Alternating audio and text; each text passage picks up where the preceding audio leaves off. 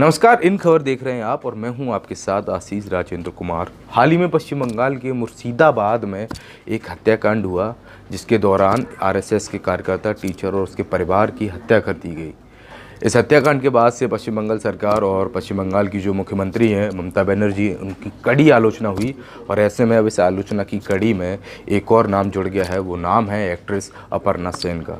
जी हाँ, इस मामले को लेकर अपर्णा सेन थोड़ा पश्चिम बंगाल की जो सीएम है ममता बनर्जी, उन पर भड़की हुई नजर आई। उन्होंने इस मामले को लेकर ट्वीट भी कर दिया और कहा यह हत्याकांड बेहद शर्मनाक है।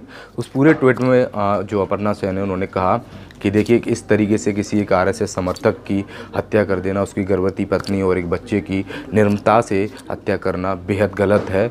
इस हत्याकांड के पीछे कोई भी वजह रही हो, लेकिन जो ये मामला हुआ है ये बेहद शर्मनाक है और हमें इस पर शर्म आनी चाहिए।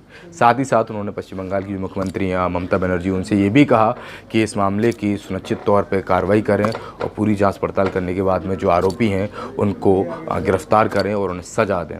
इसके अलावा उन्होंने ये भी कहा कि ममता बनर्जी राजनीतिक जो विचारधारा है उसकी मतभेद चाहे कुछ भी हो, लेकिन जो पश्चिम बंगाल के सभी नागरिक हैं उनकी जिम्मेदारी आपके ऊपर है और आपको उनकी मदद करनी चाहिए। साथ ही साथ आप ही उनकी सीएम हैं।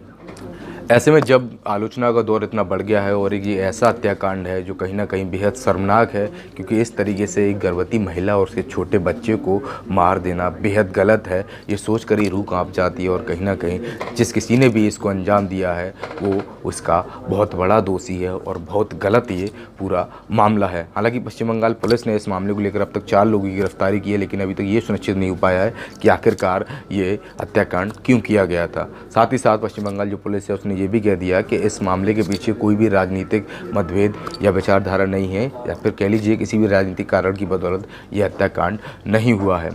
पर अपर्णा सेन ने जिस तरीके से ममता बनर्जी की एक तरीके से कह लीजिए कि क्लास लगाई है और उनको लताड़ा है, वो एक तरीके से कहा जाए तो सही भी है, क्योंकि जब आप किसी राज्य के मुख्यमंत्री होते हैं तो उस हिसाब से आपको अपने राज्य की पूरी देखरेख करनी चाहिए। और आपके राज्य में जब कोई इतनी बड़ी घटना हो जाती है और उसके 3-4 दिन गुजर भी जाते हैं, उसके बाद भी कोई मामला या कार्रवाई पूरी तरीके से नहीं हो पाती है, तो उसके खिलाफ आपको सख्त से सख्त एक्शन लेना चाहिए।